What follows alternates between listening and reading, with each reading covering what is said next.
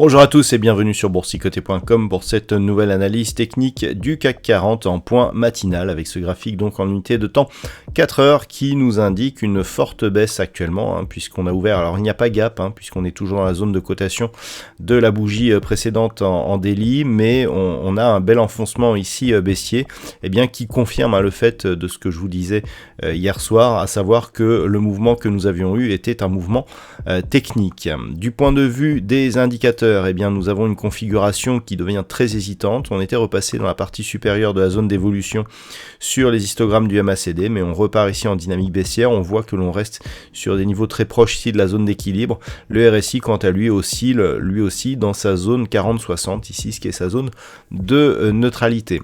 Donc, si on regarde un petit peu le palmarès en ce début de séance, on se rend compte que ce sont exactement les éléments sur lesquels j'attirais votre attention hier qui posent problème aujourd'hui. Alors là où ça a créé une vague d'euphorie la veille, on voit que ça fait baisser les marchés aujourd'hui, à savoir des cours du pétrole qui continuent à monter. Pour information, on a un WTI qui se rapproche des 80 $ le baril. On a touché les 79 $ dans la journée.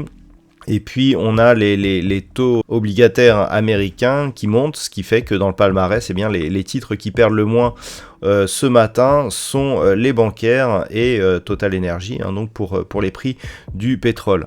Donc cette configuration, elle n'est pas prête de durer. Si on rajoute à cela le risque d'un éclatement de bulle immobilière en Chine, cela cristallise énormément d'inquiétudes donc sur les indices européens et on pourrait avoir ici une phase de baisse qui pourrait s'amplifier. Maintenant, d'un point de vue technique, ce que l'on peut observer, c'est qu'effectivement, nous avons ici une zone intermédiaire. Donc cette zone ici que l'on peut quantifier, voilà, à peu près sur ces niveaux, donc 6460 points.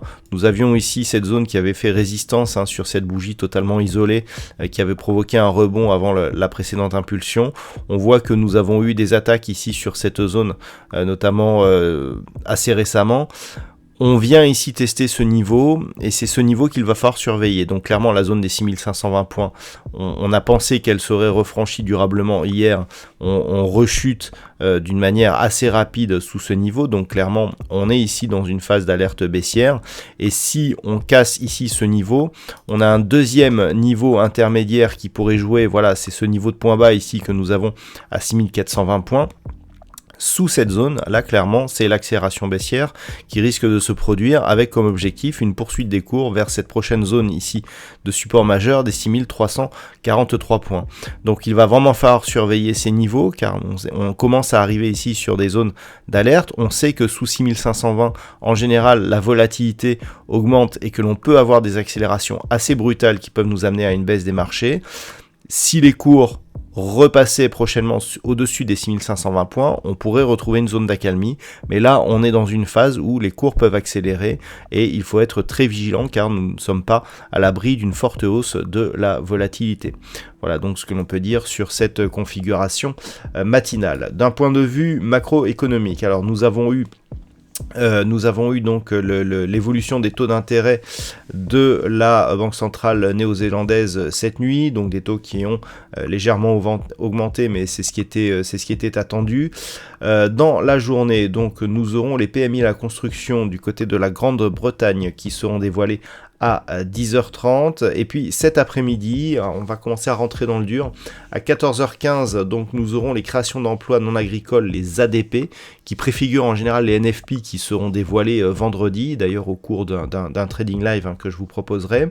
Donc ADP, chiffre très attendu car on sait que le tapering est aussi subordonné à l'évolution des chiffres du chômage et donc ces chiffres du chômage pourraient nous provoquer des réactions assez épidermiques.